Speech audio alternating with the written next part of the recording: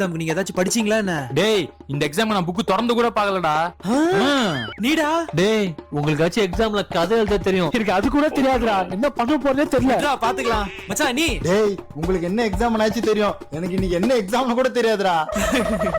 அப்பனா இந்த எக்ஸாம்ல நம்ம எல்லாரும் ஃபெயில்னு சொல்றீங்க? ஆமாடா. சரி வாங்க எக்ஸாம் ஆரம்பிப்போம்.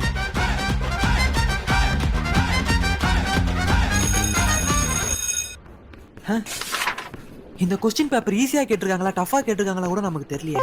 அந்த லட்சணத்துல இருக்கும். சரி ஒரு தூக்கத்தை போடுவோம். Sir additional paper. அடிஷனல் பேப்பரா? டேய் இந்த எக்ஸாம் நான் புக் திறந்து கூட பார்க்கலடா. இந்தாப்பா. டேய் காட்டியானே புக்கே திறந்து பார்க்கலன்னு சொன்னீடா. இவனை போய் நம்பினா பாரு. சார் எக்ஸ்ட்ரா பென் இருக்கா? எக்ஸ்ட்ரா பென்னா? டேய் உங்களுக்காச்சும் எக்ஸாம்ல கதை எழுத தெரியும், எனக்கு அது கூட தெரியாதுடா.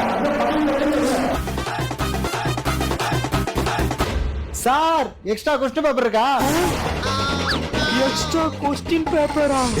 உங்களுக்கு என்ன எக்ஸாம் ஆச்சு தெரியும், நீங்க என்ன எக்ஸாம் கூட தெரியாதுடா. தம்பி எக்ஸ்ட்ரா கொஸ்டின் பேப்பர் இல்லப்பா. அப்படியா? அப்பனா இந்த கொஸ்டின் பேப்பர்ல இருக்க எல்லா ஆன்சரையும் எழுதிட்டேன். அவ்வளவுதான், இந்த சப்ஜெக்ட்லயே சிஸ்டம் தான். இந்த மாதிரி உங்க ஃப்ரெண்ட்ஸும் படிக்கலன்னு சொன்னானுங்கண்ணா, தயவு செய்து அவனுக்குலாம் நம்பாதீங்க. சார் ஒரு பேப்பரை ஒருத்த எப்பதான் முடியுது, அதை மொத்தமா விடுங்க. இந்த क्वेश्चन பேப்பரை எழுதி விட்டு